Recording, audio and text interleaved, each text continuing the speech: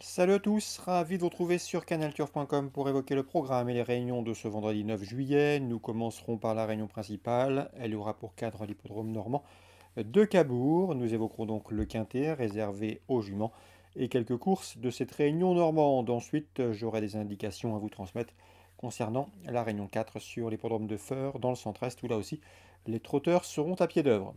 On commence par le quintet, le prix de Granville. Cette épreuve s'adresse uniquement aux juments, comme je vous le disais.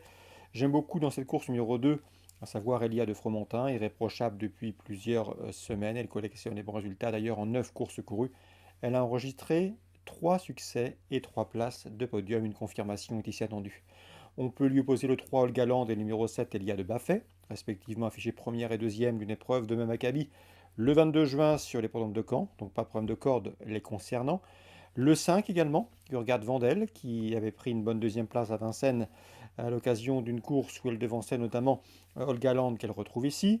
Le numéro 9, Harley Dourville, fait preuve d'une belle régularité. Elle est en forme, elle sera pieds nus et mérite une note de méfiance pour les places. En fin de sélection, j'ai retenu des juments de qualité, mais elles auront contre elles de rendre la distance et ce n'est jamais aisé sur cette petite piste de Cabourg, raison pour laquelle le 13, le 15, le 13 et le 12, Gypsy des Caillons, Aradiba et Harmony Love ne figureront qu'en fin de sélection. Le résumé chiffré, 2, 3, 7, 5, 9, 15, 13 et 12. Un canot partant, attention numéro 4. Dans cette épreuve, Granny Quick qui peut venir corser les rapports d'un quintet. Si ce programme vous plaît, likez-le, partagez-le, vous le savez, en cliquant sur les réseaux sociaux, sur les icônes prévues à cet effet. Dans la suite de la réunion à Cabourg, j'ai pu m'entretenir avec Anthony Dolion notamment. Il présente le 209 Eradourville qui revient entre montées. La jument est bien, elle est régulière, il en escompte ici un bon comportement, elle a parfaitement les moyens de prendre une place à Bellecote. L'opposition sera emmenée par Joko Magic, le 4, il est au mieux. Il a remporté 3 de ses 5 dernières sorties sous la selle. Attention également au numéro 8, Farouk Duguelier, un cheval régulier, en forme. Et à mon avis, dans ce lot, le podium peut être envisageable. 204, 8 et 9. Christophe Pétrement est assez confiant également avec le 407 Fayette, c'est ce qu'il m'a indiqué. D'après lui, sa jument a les moyens d'être dans le coup, il convient de la racheter. Il faut lui opposer, à mon avis, le 6, Philou de Chardet, un bon cheval, qui lui aussi reste sur une disqualification, mais il a le potentiel pour jouer la victoire ici. Je l'aime beaucoup, ce 406, Philou de Chardet. On peut le reposer également au numéro 10, Flower by Magalou, qui vient de prouver sa forme en s'imposant aux Andelys. C'était récemment, le mois dernier, le 13 juin. Attention également au numéro 8, Fadouna Docagne, qui avait battu Fayette à l'occasion d'une sortie commune à Laval dernièrement.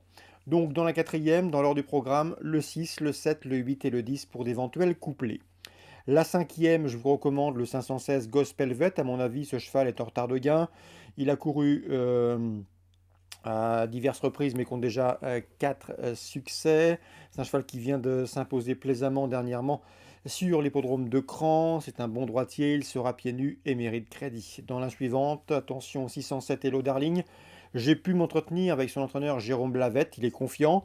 Tous les paramètres sont réunis pour que Hello Darling, la pouliche, se mette en évidence. Elle sera pieds nus, elle est en forme, c'est une bonne droitière. On a fait appel à un pilote, Gabi Giromini. La seule réserve, c'est le numéro 7 en dehors qui peut l'obliger à faire un effort en début de parcours car elle doit courir cachée. Il est préférable de lui masquer l'effort. C'est la principale réserve, mais à mon avis, sa place est sur le podium. En tout cas, l'entraîneur est confiant. 607, Hello, Darling, entraînement, Jérôme Blavette. L'interview sera certainement disponible sur notre site canalturf.com. Concernant Feur en réunion 4, j'ai ciblé la deuxième course. Dans cette épreuve, sous la selle, j'aime beaucoup le 14, Nioxcat Pomar, un cheval qui va débuter autre montée. Il a montré déjà de belles choses à l'attelé, à mon avis, pour ses débuts dans la discipline. Il pourrait bien frapper un grand coup d'entrée de jeu. Il en a le potentiel et à mon avis, la cote sera sans nul doute intéressante. Donc pourquoi pas tenter en jeu simple gagnant placé le 214 Nioxcat Pomar. L'opposition, elle viendra du 12, à savoir Gloire Joyeuse, qui vaut un lot de ce genre, elle l'a prouvé à maintes reprises. Ou le numéro 13 également, Fiesta Julery, qui reste sur une bonne deuxième place, autre montée dans la région. 14, 12 et 13 la deuxième. Dans la suivante, difficile d'aller contre 313 Elixir Win qui reste sur une série de bons résultats. Dans la sixième, le 612 Emblème de Liton qui reste sur une disqualification devrait logiquement remettre les pendules à l'heure. C'est un cheval qui a un peu de marge à mon avis dans ce genre de tournoi réservé aux drivers amateurs.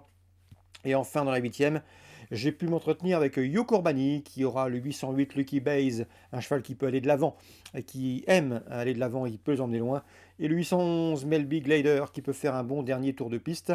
J'ai senti à Yoko Urbani assez confiant pour être dans le coup. Ce ne sont pas des premières chances, pas des pénalties, mais il mérite de figurer dans vos jeux pour des multis ou pour des trios, car les chevaux sont en forme et ils effectuent le déplacement de la Belgique, c'est-à-dire plus de 800 km avec des prétentions. Yoko Bani est assez optimiste avant le coup, même si j'ai remarqué une opposition assez sérieuse dans cette course. Mais sachez que l'entraîneur belge est optimiste. Voilà sur ce qu'on pouvait dire pour ce programme du vendredi 9 juillet. Excellent jeu à tous. Nous on se retrouve demain pour un nouveau programme.